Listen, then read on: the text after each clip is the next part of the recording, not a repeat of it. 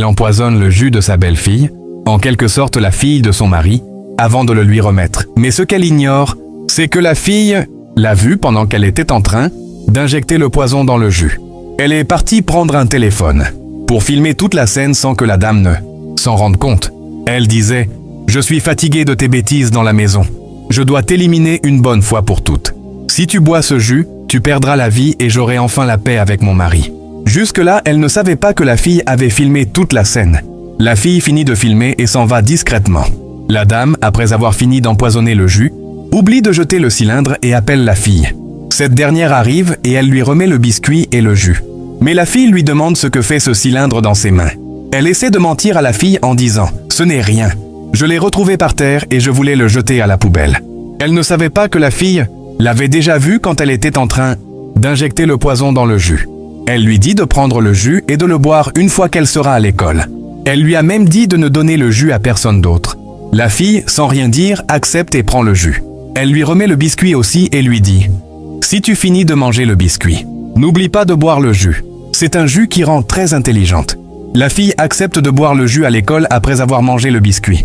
La dame jette ensuite le cylindre dans une cachette avant d'appeler son mari. Le mari arrive et elle lui dit d'accompagner la fille à l'école. Elle fait ensuite un câlin à son mari et lui dit de vite partir, sinon la fille sera en retard. Le mari demande à la fille de ranger le biscuit et le jus dans son sac. La dame l'aide à ouvrir le sac et le mari range le jus et le biscuit dans le sac. Après leur départ, la dame était tellement fière. Elle se réjouissait déjà trop vite, pensant que son plan allait réussir. Ce qu'elle ignore, c'est que la fille a déjà tout vu de ses propres yeux.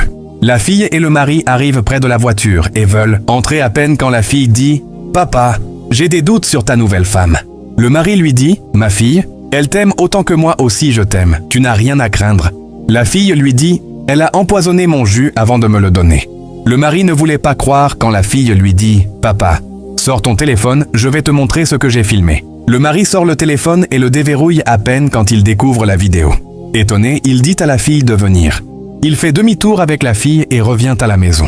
Le mari appelle la dame et cette dernière arrive et demande pourquoi. Ils se sont retournés, mais sans réponse. Le mari lui montre la vidéo et lui demande « Qu'est-ce que c'est ?» La dame ne pouvait plus parler. Elle était étonnée et désespérée de voir une vidéo dans laquelle elle est en train d'empoisonner le jus de sa belle-fille. Elle ne peut plus se justifier. Elle commence à bégayer quand le mari lui crie dessus. Incroyable mais vrai. Comment peut-on empoisonner quelqu'un sans avoir aucune raison valable? C'est là que le mari s'énerve et fait quelque chose que personne ne s'attendait. Un truc que toi et moi, on ignore bien sûr. Et dans la partie 2, tu vas découvrir ce qui s'est passé. Abonne-toi pour découvrir la partie 2 et ajoute cette vidéo dans tes favoris.